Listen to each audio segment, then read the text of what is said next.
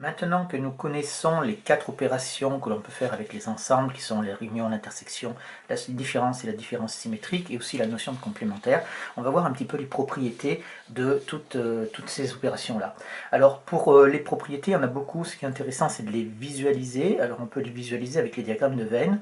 Donc vous voyez, bon, j'ai pris donc 2 ensembles, donc surtout les 3 premiers, hein, quand on a 2 ensembles distincts, disjoints ou l'un inclus dans l'autre. Donc c'est 3 situations de référence que l'on va rencontrer souvent. Après, vous pouvez aller au-delà pour visualiser, c'est-à-dire quand on n'a qu'un seul ensemble, que dans l'ensemble des parties de E, et, ou alors quand on en a 3 comme ceci, et vous verrez, la visualisation est assez facile. Alors, on va commencer donc pour les propriétés. On va commencer par les propriétés de la réunion. Alors, il y en a qui sont vraiment évidentes et triviales. Donc, si vous prenez une partie, alors on prend A, B, C qui sont des parties de E. Si vous faites une réunion avec l'ensemble vide, eh bien, ça ne change rien, que ce soit dans un sens ou dans l'autre. Si ici A union A égale A, ça fait partie des choses qui sont vraiment évidentes. Si je prends la réunion avec l'ensemble tout entier, le gros ensemble de départ, eh bien, ça va faire E tout entier. Bien entendu, on retrouve la commutativité, l'associativité, c'est-à-dire que l'on peut mettre les parenthèses où l'on veut. Ça, on l'a vu, c'était la même chose que l'associativité du OU, puisque une réunion correspond à un OU. Donc on retrouve bien entendu toutes les tautologies que l'on avait quand on avait fait les tables de vérité. On a maintenant cette chose-là ici. Alors ça, c'est une propriété qui n'est pas évidente. Il faut la visualiser. Si je prends A union B qui est égal à B, alors regardez ici, si on prend les 3 dessins, si je prends A union B, dans ce cas-là, on est bien d'accord que A union B ne va pas être égal à B, puisque on a cette partie-là qui ne fera pas partie de A union B. Si je prends A union B dans le cas où c'est disjoint, eh ben, je vais me retrouver avec ces deux parties disjointes qui feront partie de A union B, en fait. Et donc, ça ne sera pas égal à B non plus. Donc on n'est que dans cette situation-là, où on a A qui est inclus dans B, et à ce moment-là, si je réunis A et B, eh bien j'obtiens bien B tout entier. Donc ça, avec la visualisation, ça marche très bien. A union B est égal à B, ça c'est équivalent à dire que A est inclus dans B. Dans tous les autres cas, ça ne fonctionne pas. En fait, quand on fait ces dessins de Venn, là, ces diagrammes de Venn, on fait un petit peu la liste exhaustive des cas, en quelque sorte, et on examine toutes les situations, et ça permet de bien voir ce qui se passe. On voit maintenant les propriétés de l'intersection, qui sont à peu près les mêmes, mais avec des différences bien entendu. Bien entendu, si on intersecte avec l'ensemble vide, eh on va obtenir l'ensemble vide. Un ensemble intersecté avec lui-même, ça fait A, bien sûr, ça ne change rien. Si je prends l'ensemble E tout entier, on reste avec A avec l'intersection. La commutativité, on la retrouve, l'associativité aussi. Et puisqu'on avait l'associativité du et aussi en logique. Et on retrouve ici A inter B qui est égal à A, ça va être aussi A est inclus dans B, donc si on reprend nos dessins, A inter B égale A, A inter B c'est au milieu ici, on voit bien que ce n'est pas égal à A dans ce cas-là. A inter B ici, comme ils sont disjoints, ça veut dire que c'est ensemble vide, donc ce n'est pas égal à A non plus. On a bien que dans cette situation-là, où A inter B va nous donner A ici. Donc voilà un petit peu pour les propriétés de l'intersection et de la réunion. Alors on retrouve aussi les propriétés qu'il y a entre l'intersection et la réunion. Alors la distributivité, on avait vu dans la logique qu'il y avait une distributivité du et sur le ou et du ou sur le et. Donc on la retrouve bien entendu avec les intersections et les inclusions. Quand on arrive ici maintenant à cette dernière propriété, on appelle ça les égalités modulaires, vous prenez l'ensemble A et vous l'intersectez avec A union B. Et bien on va obtenir A au final. Alors ça, ce sont les étapes de calcul. Ici, j'utilise la distributivité du et sur le ou pour écrire ça. J'utilise après le fait que A inter A, ça fait A. Et après, je me retrouve avec A union A inter B. Et ça va nous faire donc A. Alors, qu'est-ce que je vais faire? Je vais prendre A union A inter B. Je vais prendre ce dessin-là, puisque c'est un dessin quelconque, A. Et je le réunis avec, j'ai dit, A union B.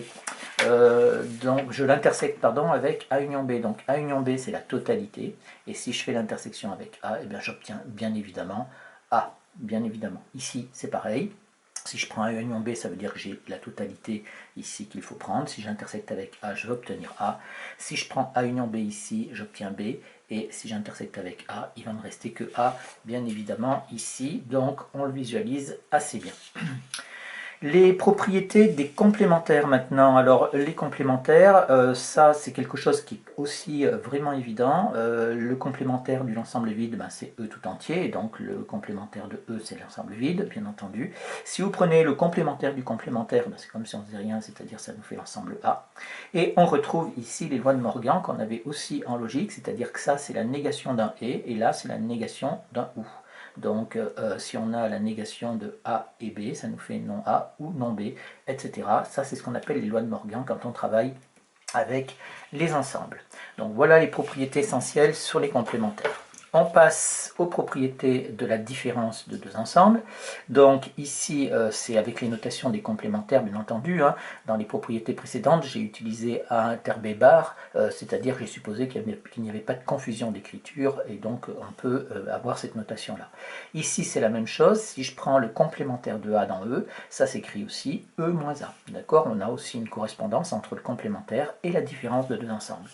Si je prends maintenant A moins B est égal à l'ensemble vide, alors si je prends A moins B est égal à l'ensemble vide, vous voyez bien que ici je prends A. Si j'enlève B, ça veut dire que j'enlève l'intersection ici, il va me rester que ce petit morceau, mais ça ne fera pas l'ensemble vide. Donc là, ça ne marche pas. Si je prends A moins B ici qui est égal à l'ensemble vide, je prends l'ensemble A qui est là, je prends l'ensemble B qui est là. Si je fais A moins B, ben, je vais obtenir A puisqu'il n'y a pas d'élément commun entre A et B, donc du coup, ça ne va rien me donner, et donc ça ne donnera pas l'ensemble vide. Par contre, si je fais A-B, je prends A, etc., ici, et j'enlève B, c'est-à-dire j'enlève tous les éléments qu'il y a dans B, et donc comme ils sont tous dans A, eh bien, comme tous les éléments de A sont dans B, on les enlève tous, et il va rester l'ensemble vide, et donc on a bien A qui est inclus dans B. Donc voilà cette visualisation.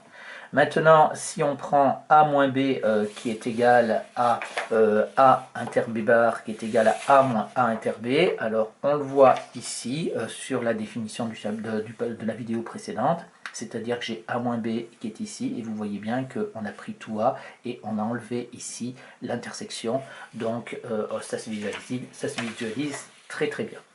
On passe à la dernière proposition, c'est-à-dire les propriétés de la différence symétrique. Alors là, c'est un petit peu plus compliqué, donc on retrouve la commutativité bien entendu.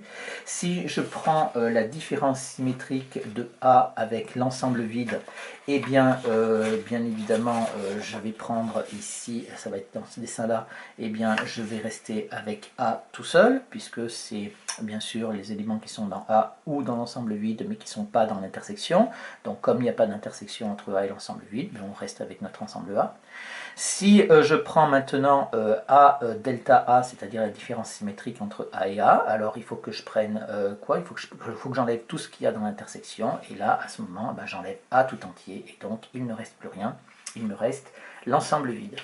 Et enfin, si je prends A delta B, ça se voit également sur la définition, c'est quelque chose de très important. Vous voyez que si je prends A delta B, c'est ici, et bien je prends bien A union B ici, et j'ai enlevé ce qui est au milieu, c'est-à-dire que j'enlève l'intersection. Et donc ici, c'est pour ça qu'on a union B moins l'intersection.